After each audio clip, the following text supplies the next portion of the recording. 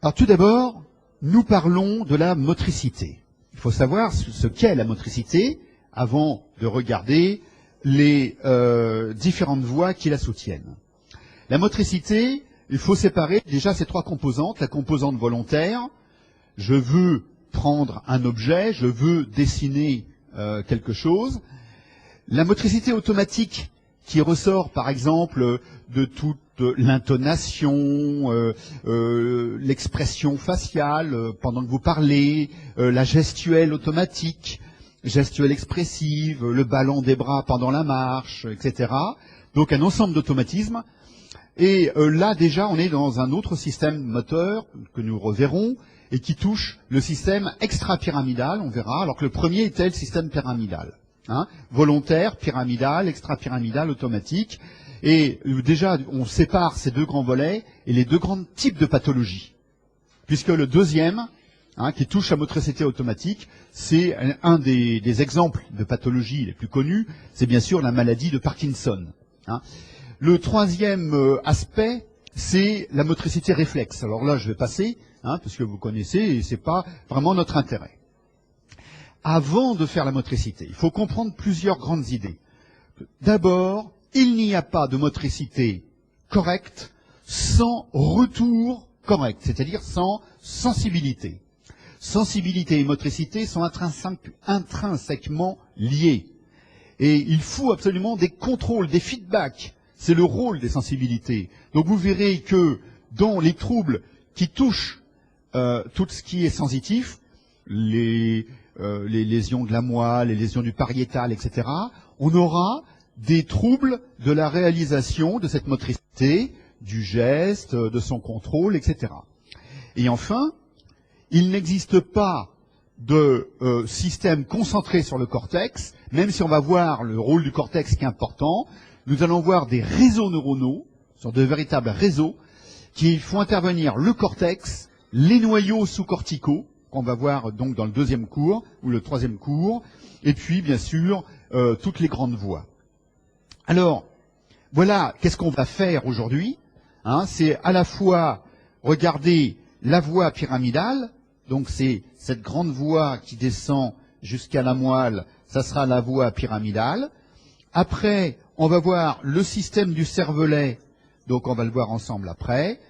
Et en troisième heure, on va voir les noyaux gris, comment les noyaux, via le thalamus, donc influencent le cortex. Voilà les trois grands volets.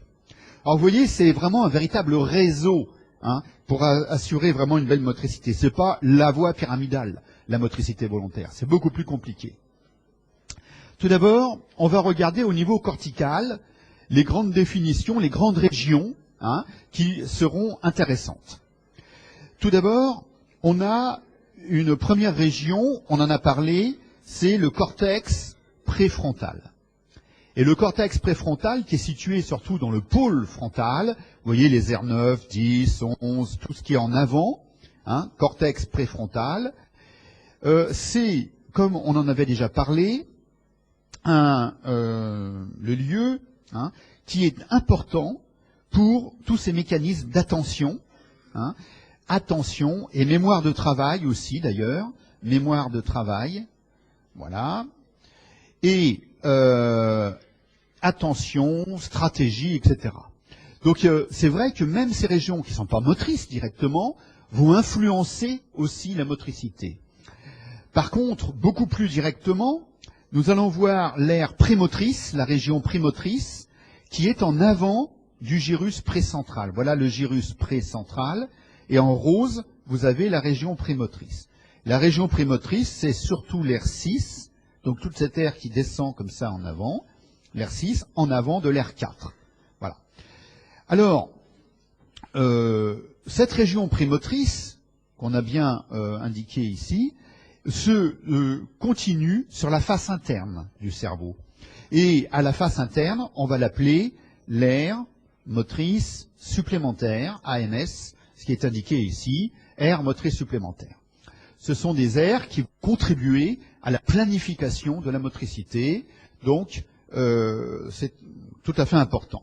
Enfin, on arrive, mais là on l'a déjà vu, à l'aire motrice primaire, donc ça vous la connaissez bien, c'est toute l'aire qui correspond au gyrus précentral, bien sûr, voilà, en avant du sillon central, voilà, et ça c'est l'aire 4, hein, donc oui, il faudrait que je mette le sillon, ça c'est le fond du sillon, bon, peu importe, c'est le fond du sillon. Donc l'aire 4, le gyrus précentral, hein, c'est donc l'aire motrice primaire avec sa somatotopie, vous vous rappelez, motrice, hein, qui était répartie sur la face externe et la face interne.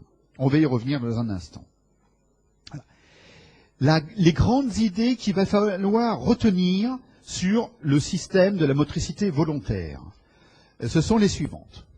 Que d'abord, dans la motricité volontaire, donc la voie dite pyramidale, hein, la voie pyramidale, motricité volontaire, eh bien c'est un système à 2 neurones, tout simplement.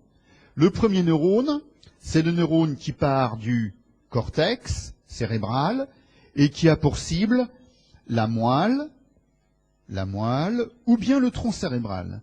Bon. Donc ça, c'est le premier neurone, N1, le protoneurone, si vous voulez, dans certains bouquins. Ce neurone partant du cortex et allant vers la moelle ou vers le bulbe, enfin vers le tronc cérébral, pardon, ce premier neurone, il est central, système nerveux central. C'est donc un neurone pyramidal. Ceci signifie que toute atteinte de ce système nerveux central, toute atteinte de ce neurone pyramidal, entraîne un syndrome pyramidal. Un syndrome, donc, central. D'accord? Syndrome pyramidal. Le deuxième neurone de la voie, N2, est un neurone périphérique. Et c'est bien sûr le motoneurone. C'est le neurone qui sort de la moelle épinière, ou de la moelle spinale, ou bien qui sort du tronc cérébral pour un nerf crânien. Hein, c'est un nerf, donc il va donner les nerfs moteurs, le nerf sciatique, le nerf trijumeau moteur, hein, le nerf moteur du trijumeau, etc., nerf facial. Bon, et ce deuxième neurone est purement périphérique. Cela signifie que l'atteinte de ce deuxième neurone va entraîner un syndrome neurogène périphérique qui est complètement différent. Puisque là, on va avoir une amyotrophie. Hein, lorsqu'on a une lésion périphérique, le muscle va s'atrophier, amyotrophie. On va avoir des petites fasciculations sur le muscle caractéristiques, hein, des nervations. Hein. Puis on aura une aréflexie si jamais ce nerf est intéressé dans un réflexe. Donc ça coupe le réflexe s'il est lésé. Une aréflexie. Voilà, donc vraiment une paralysie flasque, hein, il n'y a plus rien, une amyotrophie, une paralysie flasque et éventuellement une aréflexie. Alors que dans le syndrome pyramidal, lui, là au contraire, bon, même si on a une hémiplégie, on a une hypertonie, hein, il y a une hypertonie pyramidale, hein, la spasticité, vous verrez le tonus dans le syndrome pyramidal, la spasticité qui est élastique, hein, qui est assez résistante, donc ça vous le ferez en sémiologie. Donc vous voyez, un système très simple, un neurone à l'intérieur du système nerveux qui va du cerveau jusqu'à la moelle, et son atteinte entraîne une atteinte pyramidale, un syndrome pyramidal, et un deuxième neurone qui sort ensuite du système nerveux, c'est le neurone périphérique, c'est le nerf, et là c'est le syndrome neurogène périphérique. Voilà, c'est comme ça qu'il faut voir les choses. Hein. Alors, d'autre part, vous savez qu'au cours de l'évolution, ce système va se myéliniser fortement, hein, et donc, malheureusement, il se myélinise un peu tardivement, puisque jusqu'à l'âge de 2 ans, il n'est pas encore complètement bien myélinisé. C'est pour cela qu'il y a un apprentissage de la marche, et qu'un enfant de 6 mois, il ne sait pas marcher, parce que son système n'est pas mature. Myélinisation, hein, jusqu'à à peu près l'âge de 2 ans. Voilà. Alors, nous allons donc étudier la voie pyramidale. La voie pyramidale, c'est 2 composantes. La voie pyramidale, le système pyramidal, c'est 2 composantes. La composante qui va cibler la moelle spinale, donc qui part du cortex et qui arrive à la moelle, cortico-spinale, et la deuxième composante qui part du cortex aussi, voilà, mais qui arrive, au lieu d'arriver au motoneurone de la moelle, il va arriver au motoneurone du tronc cérébral, c'est-à-dire les noyaux nucléaires, les noyaux... Ah, bah zut. Attendez. Il y a mon stylo qui a un souci. Donc, voilà, on va y arriver. les motoneurones qui donnent les noyaux des nerfs crâniens. Donc c'est la voie cortico-nucléaire. Voilà, d'accord? Donc soit c'est un motoneurone de la moelle, on cible la moelle, les motoneurones de la moelle, et c'est la voie cortico-spinale, soit on cible les noyaux moteurs des nerfs crâniens, et c'est la voie cortico-nucléaire. Noyaux, moteurs, donc des nerfs crâniens, cortico-nucléaires. Alors, ce système paraît relativement simple et est assez étonnant quand même. Parce que quand je vous dis que le neurone pyramidal, il commence au cortex et il a pour cible, par exemple, la moelle spinale, ça veut dire que ce neurone qui fait peut-être 60-80 microns de diamètre, donc c'est un neurone, quoi, c'est tout petit, il peut avoir un axone qui fait 1 mètre de long, puisqu'il peut descendre jusqu'à la moelle sacrée, par exemple. Vous vous rendez compte, c'est absolument fantastique de voir comment une cellule peut entretenir ce dispositif, cet axone, hein, qui fait 1 mètre de long, alors que lui, il est microscopique. Hein. Alors, donc, on va commencer par regarder cette voie corticospinale. Premièrement, son origine. L'origine de la voie corticospinale, vue ici sur le Digital Anatomist, vous pourrez y jeter un petit coup d'œil parce que c'est une bonne. Je vous ai mis l'adresse. C'est une ressource intéressante. Eh bien, c'est avant tout sur l'aire motrice primaire, M1, donc le gyrus précentral. Vous savez qu'il existe une somatotopie, et cette somatotopie motrice est bien indiquée, puisque tout en bas, c'est les fibres de la face, donc on va marquer les fibres de la face, ou l'hémiface en tous les cas, voilà. Hein, voilà les neurones pyramidaux qui vont cibler les nerfs crâniens moteurs pour la face. Et là, qu'est-ce qu'on a comme nerf crânien moteur pour la face? On a le 7, le nerf facial, ou le noyau aussi du masticateur pour le trijumeau, etc. Voyez. Ensuite, vous avez au-dessus donc les commandes centrales ici pour la main. La main, alors dans la main, il y a des régions, parce que vous savez, vous avez les loges ténard et hypoténare qui sont très importantes, et elles vont vous permettre de faire des mouvements essentiels, notamment d'opposition, et donc réaliser la pince pouce-index, notamment. Donc c'est pour ça que tous les muscles de la main sont très très développés, et donc il y a beaucoup de neurones, du coup, qui commandent tous ces muscles. Hein. Donc une représentation assez disproportionnée dans le homunculus de Penfield. Hein, c'est une carte assez déformée, avec la langue, les lèvres, la bouche, tout ça très développé, la main très développée, là on fait des mouvements très fins, et puis après les régions du dos ou du bras qui sont assez peu développées, parce que là on fait beaucoup moins de mouvements en finesse.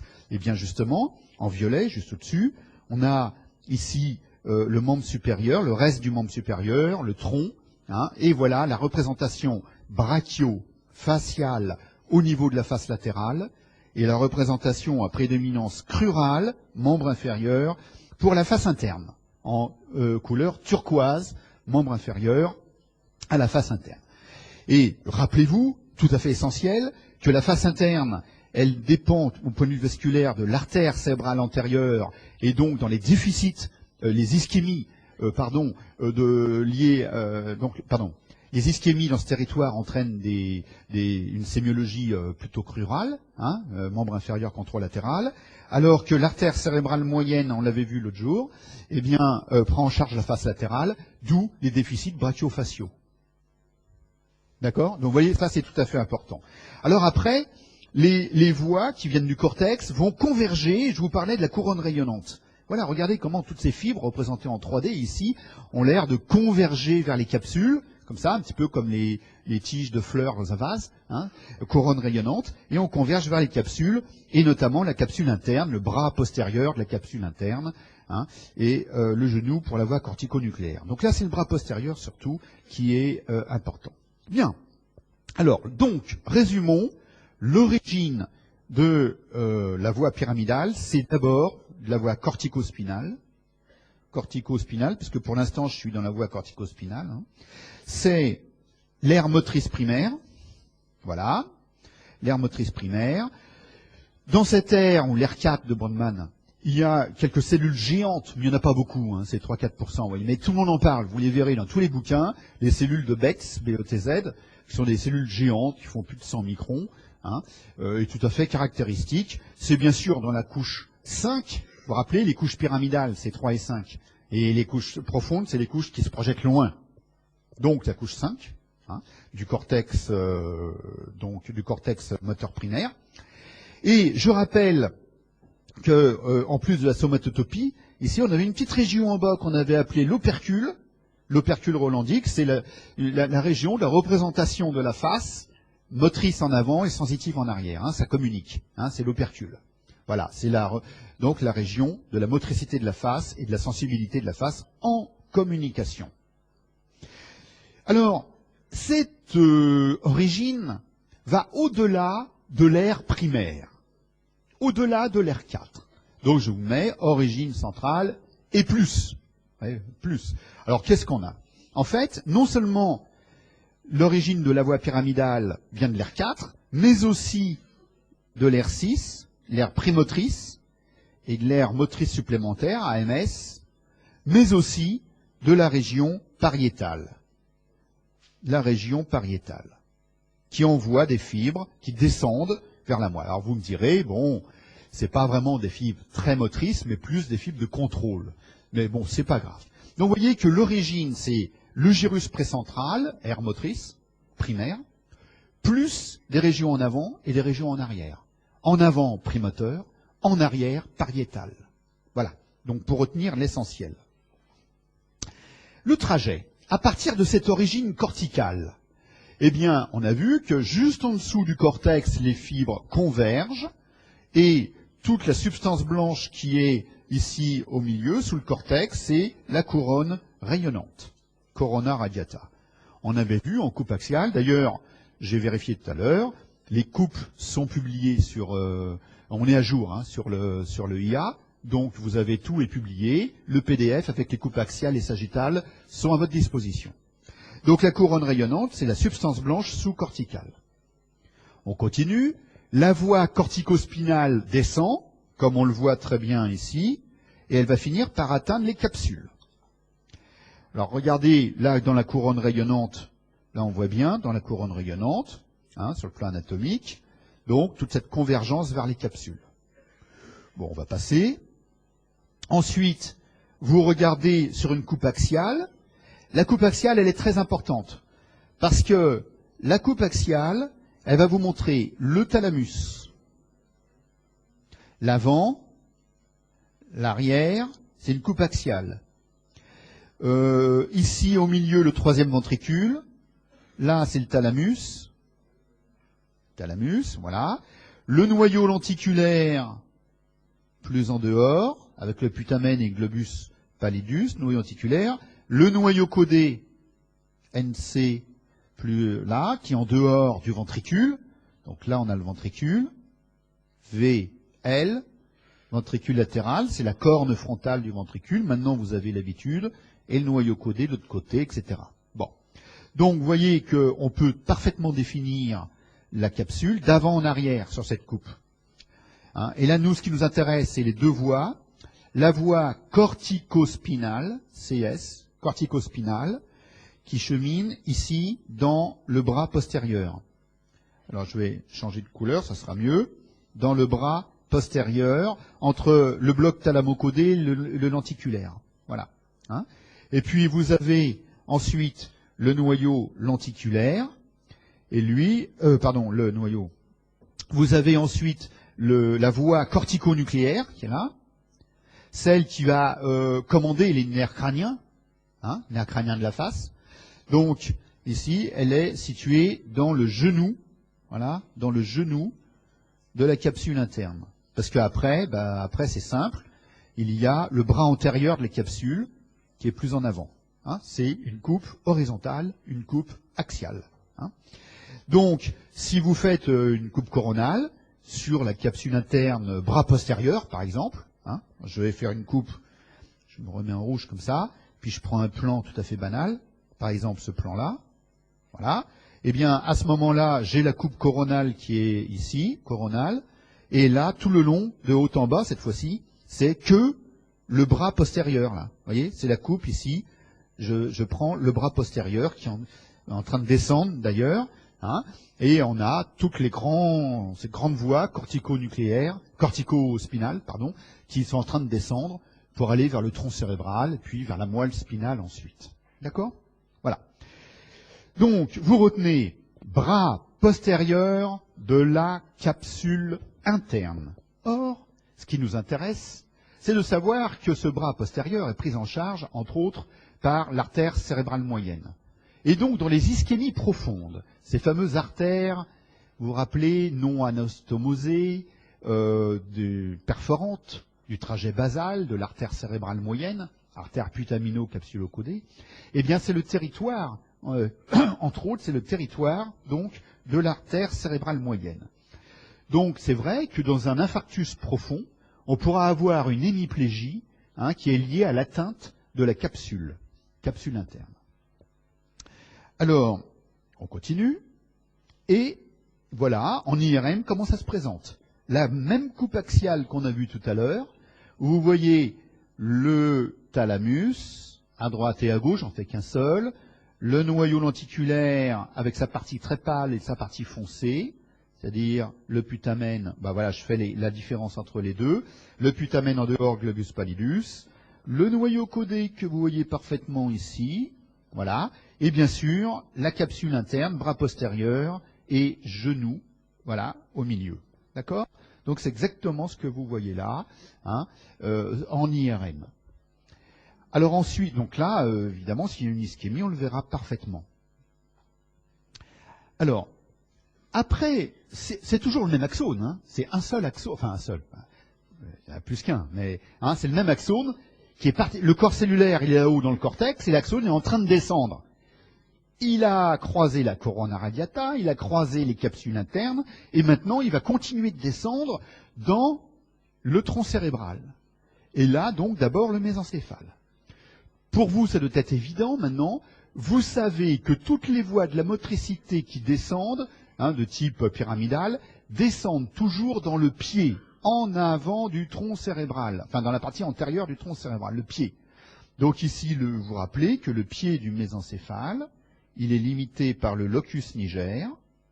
Locus niger, on va en avoir besoin tout à l'heure. Et donc c'est en avant du locus niger, dans le tiers moyen du pied. Hein. Alors je vous ai mis le terme de crus cerebri, qui est le terme latin de cette région du pied du mésencéphale. Hein. C'est pareil, c'est le crus cerebri. Voilà. Donc la voie pyramidale descend donc en avant dans le mésencéphale. On voit ici les coupes correspondantes à l'histologie. Malheureusement, ce n'est pas une vue que j'ai faite moi-même, donc du coup, elle est à l'envers, hein, cette fois-ci. C'est-à-dire l'arrière et l'avant, c'est plus du tout dans mon sens à moi. Arrière et avant. Et on voit une coloration de la myéline. Vous voyez, c'est très intéressant ici. C'est l'histologie, coloration de la myéline. Alors quand c'est blanc, c'est pas coloré parce qu'il y a plein de corps cellulaires, il n'y a pas beaucoup de myéline. Et quand c'est noir foncé, ça veut dire que là en avant, là, il y a plein de fibres qui descendent. C'est très noir, plein de fibres. La myéline est parfaitement colorée.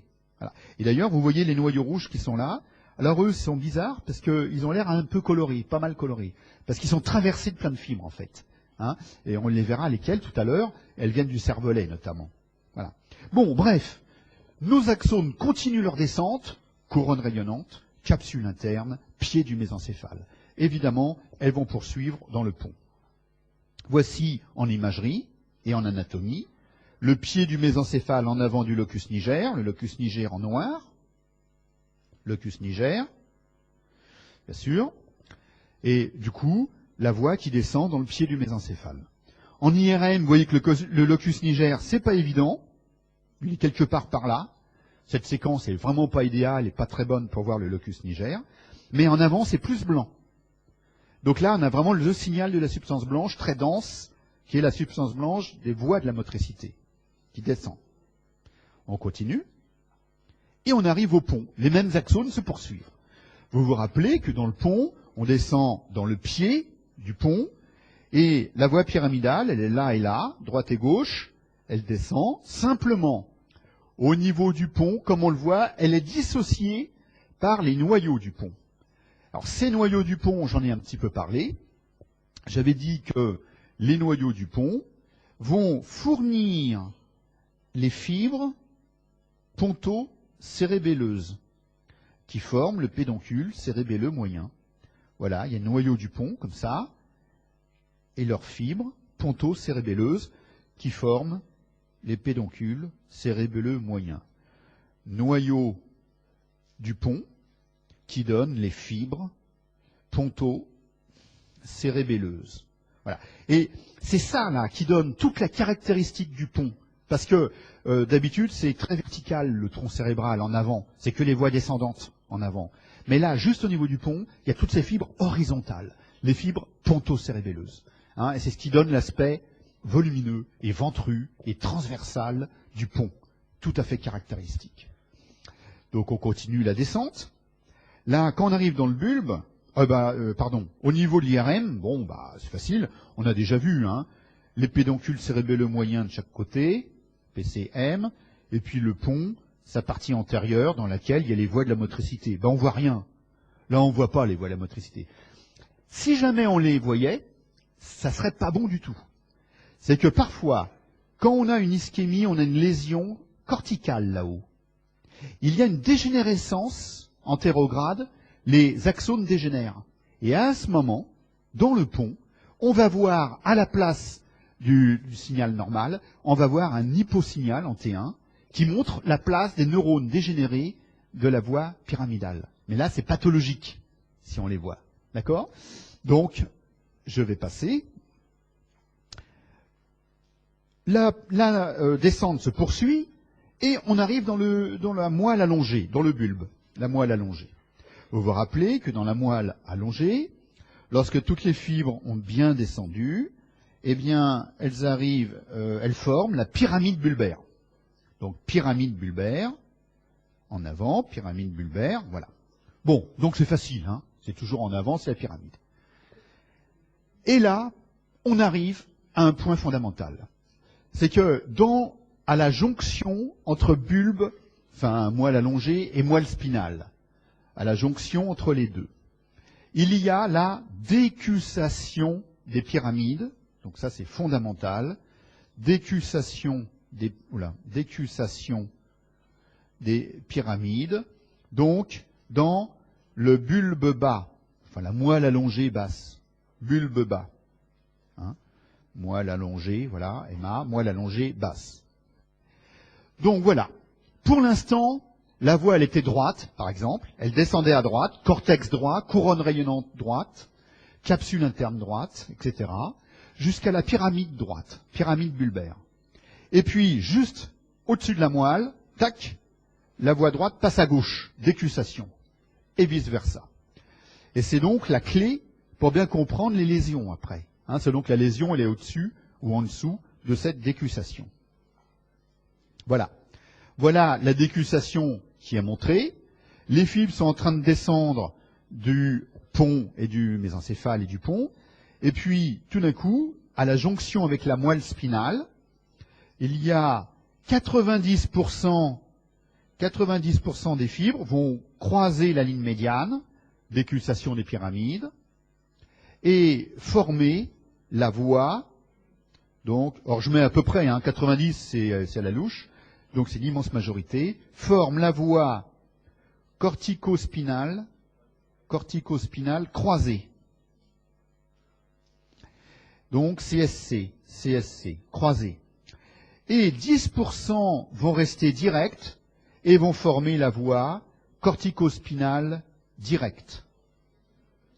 CSD, cortico-spinale directe. Elle est en pointillé ici, elle est en train de descendre, toujours du même côté, direct. Elle n'a pas encore croisé la ligne médiane, CSD. Et là, c'est la CSC, croisée. Alors, comme on est à la jonction entre la moelle allongée, enfin le bulbe, et la moelle spinale, nous voyons apparaître deux voies maintenant, la voie croisée, la voie directe.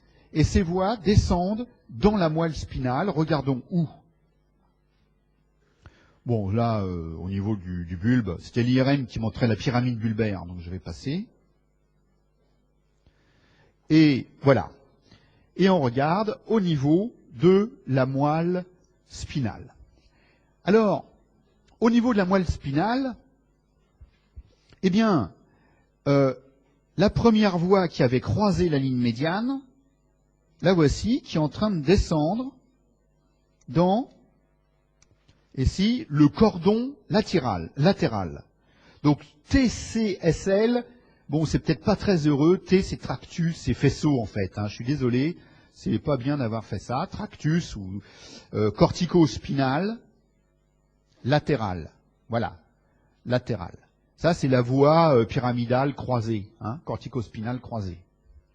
Donc, vous voyez qu'il descend, ici, ce faisceau croisé, il descend dans le cordon latéral.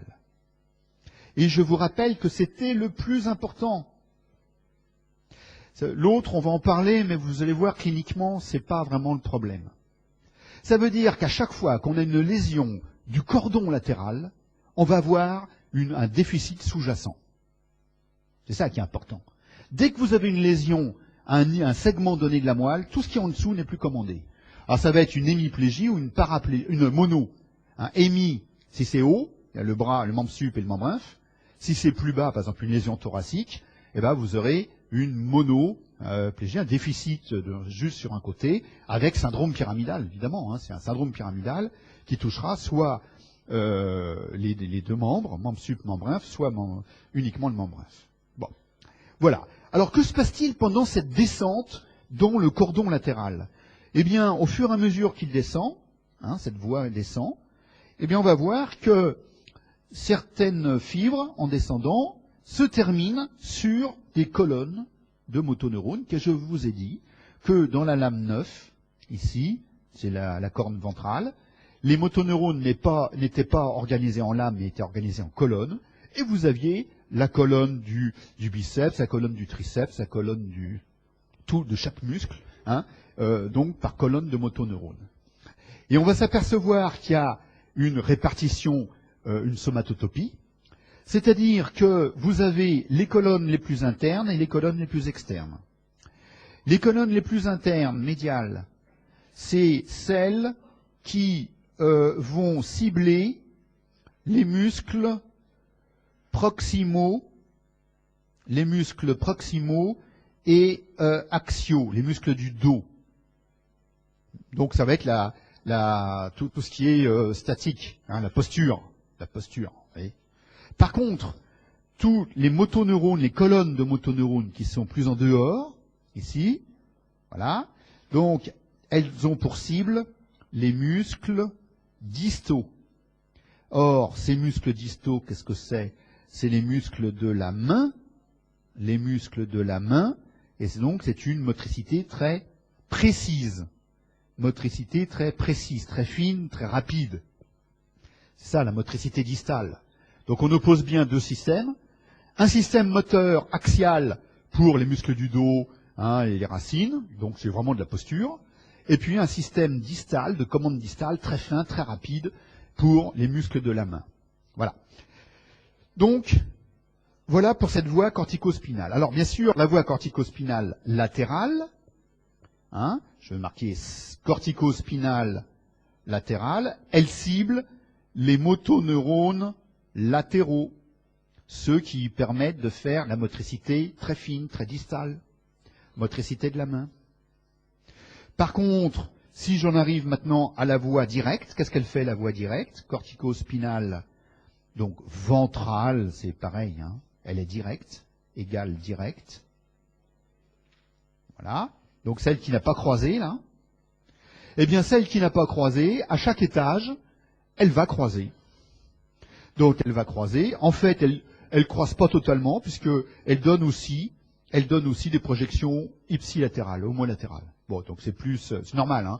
C'est plus une motricité bilatérale, parce que c'est plutôt la posture, hein.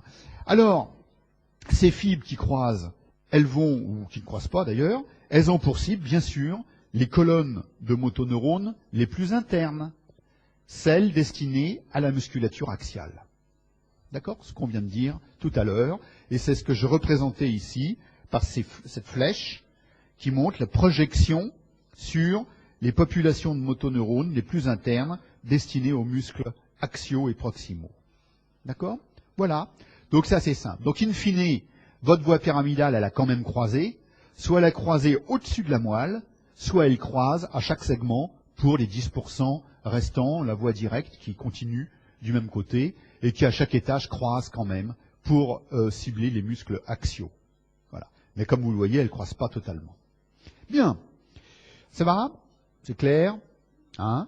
Donc vous retenez bien qu'en cas de syndrome pyramidal, hein, lésion de la moelle, de l'hémimoelle, hein, c'est effectivement un syndrome pyramidal complet sous la lésion, hein, soit fort, soit uniquement le membre inf si la lésion est plus basse au niveau thoracique. Voilà. Ça, c'était la voie cortico-spinale, d'accord, dans la voie pyramidale. C'était donc bien la voie qui avait pour cible les motoneurones, hein, de la moelle spinale et qui commençait dans le cortex, aussi bien sur la face latérale que la face médiale. Ça dépendait si on voulait cibler le membre supérieur ou si on veut cibler le membre inférieur.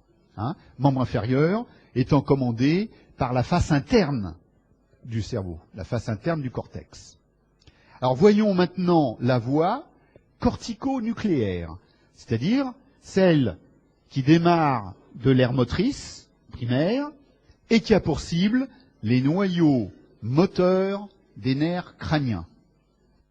Vous avez bien compris que les noyaux moteurs des nerfs crâniens équivalent tout à fait aux colonnes motrices du biceps, du triceps, etc. dans la moelle. C'est la même chose. C'est des colonnes de motoneurones.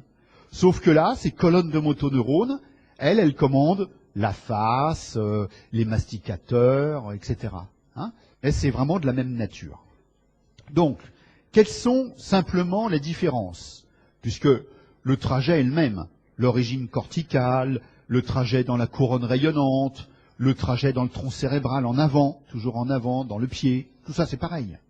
Quels sont vraiment les points qui différencient la voie cortico-nucléaire par rapport à la voie cortico-spinale? C'est d'abord son origine. Son origine, il est clair que vous connaissez la somatotopie motrice sur le cortex moteur.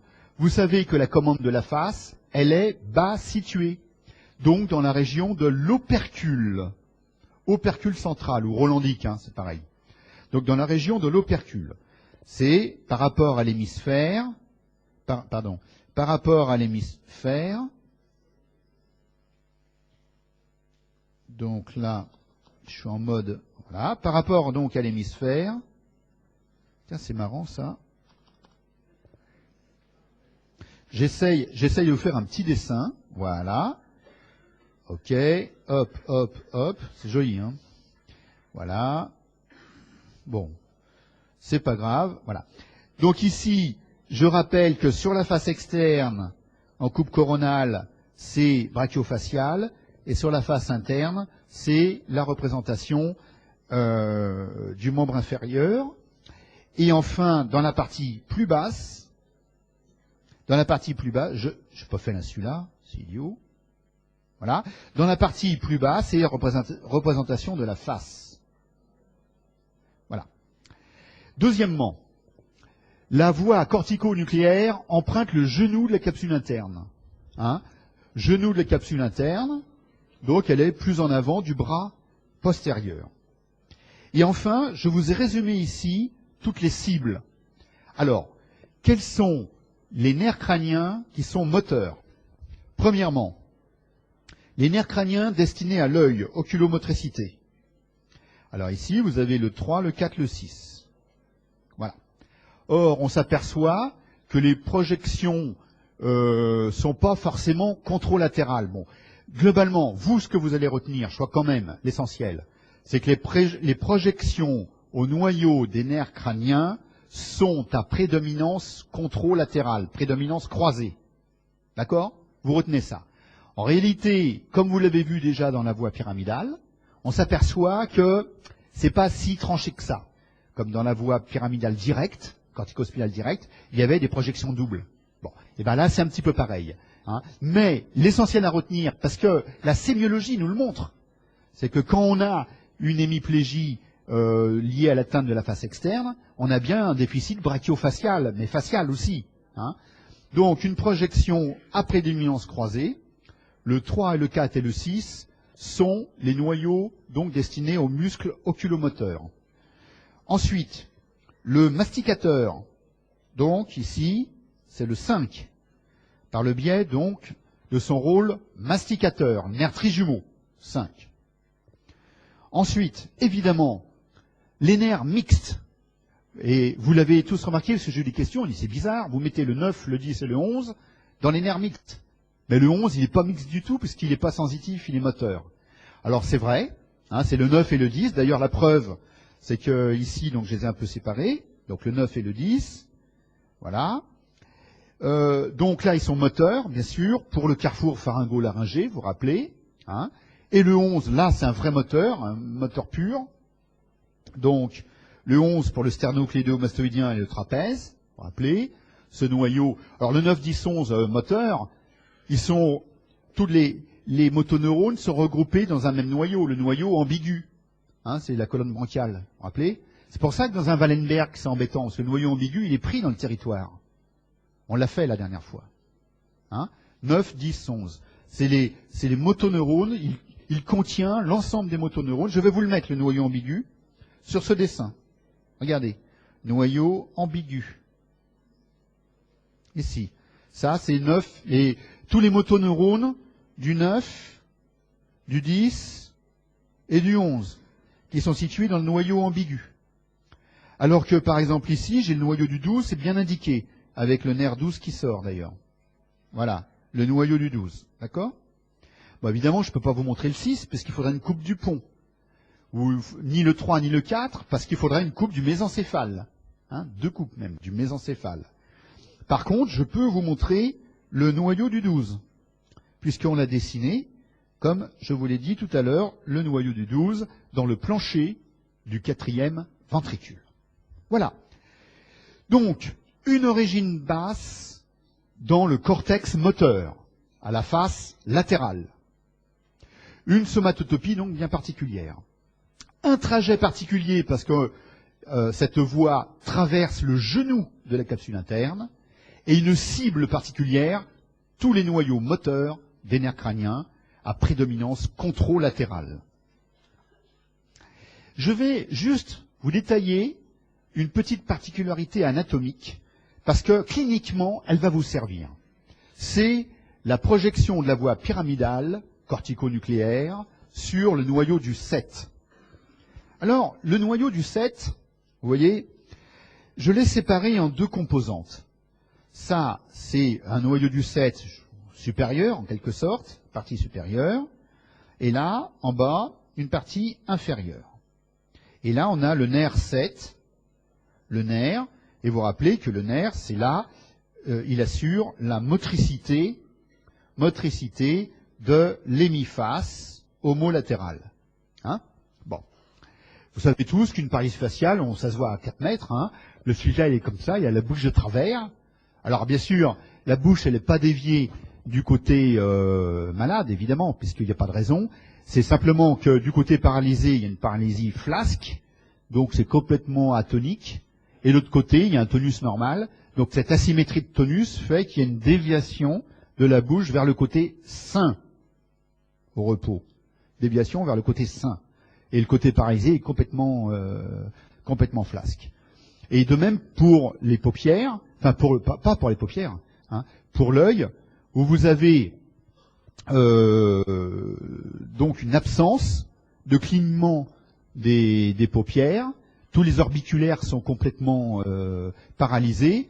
Ça veut dire que le sujet risque une kératite, risque d'avoir des lésions de la cornée, hein, parce que la cornée n'est pas lubrifiée par un film lacrymal suffisant.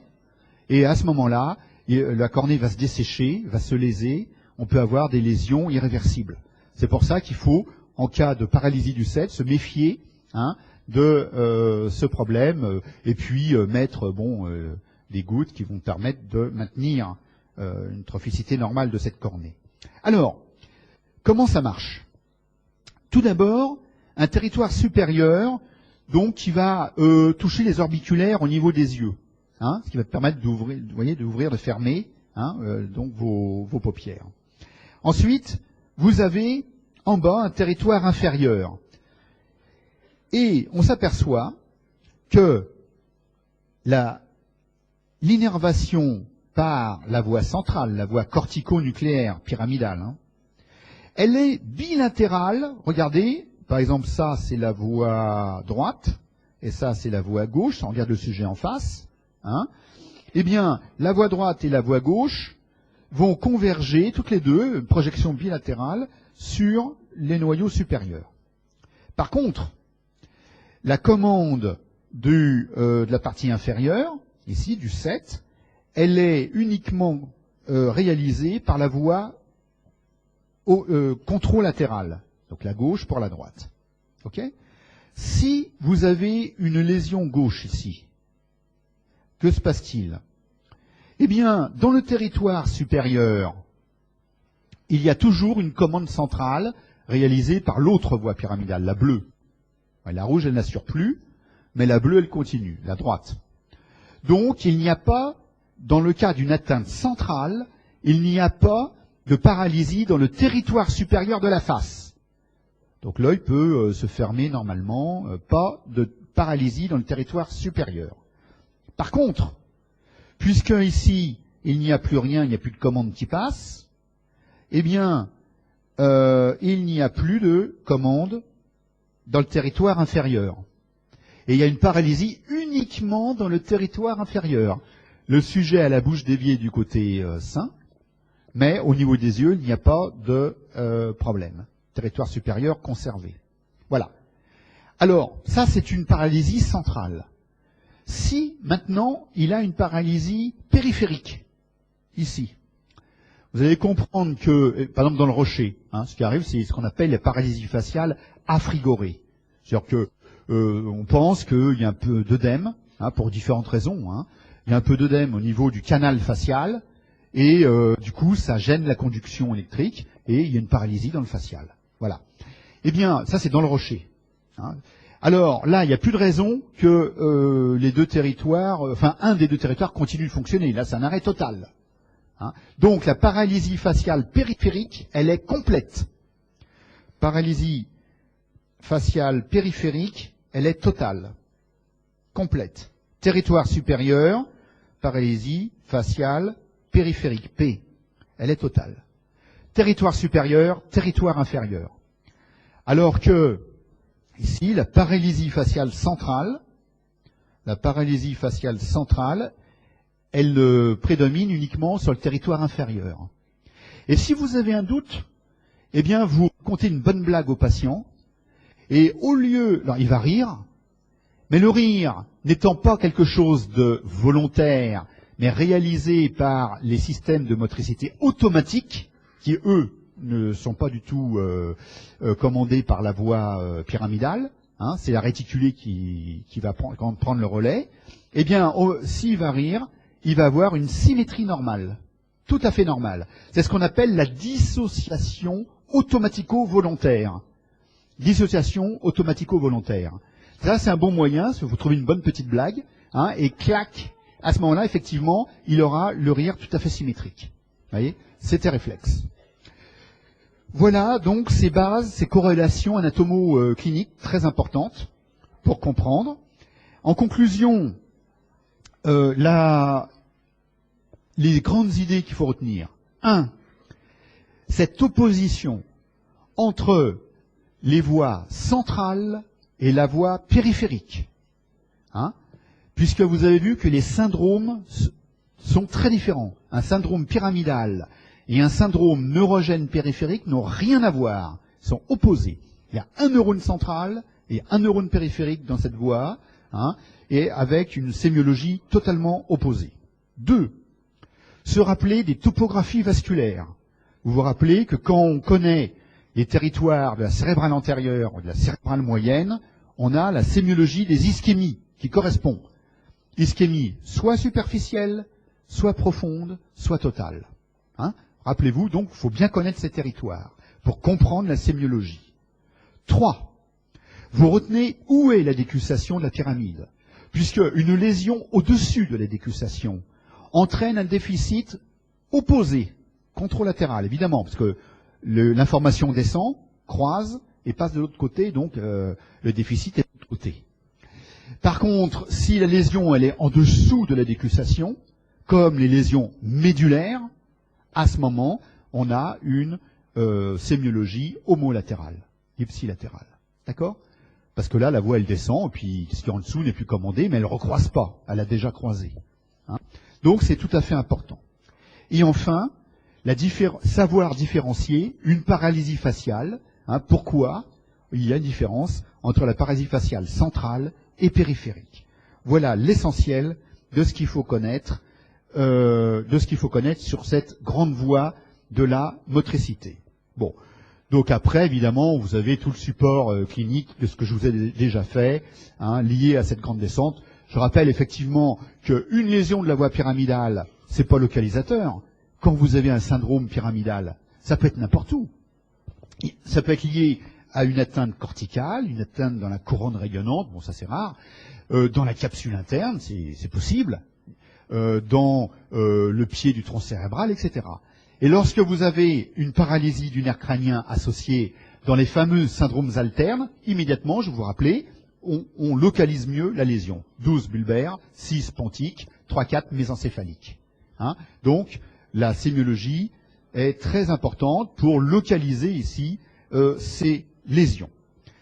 Bien, je vais arrêter là avant de passer à un chapitre assez difficile, donc je ne vais peut-être pas faire une pause trop longue.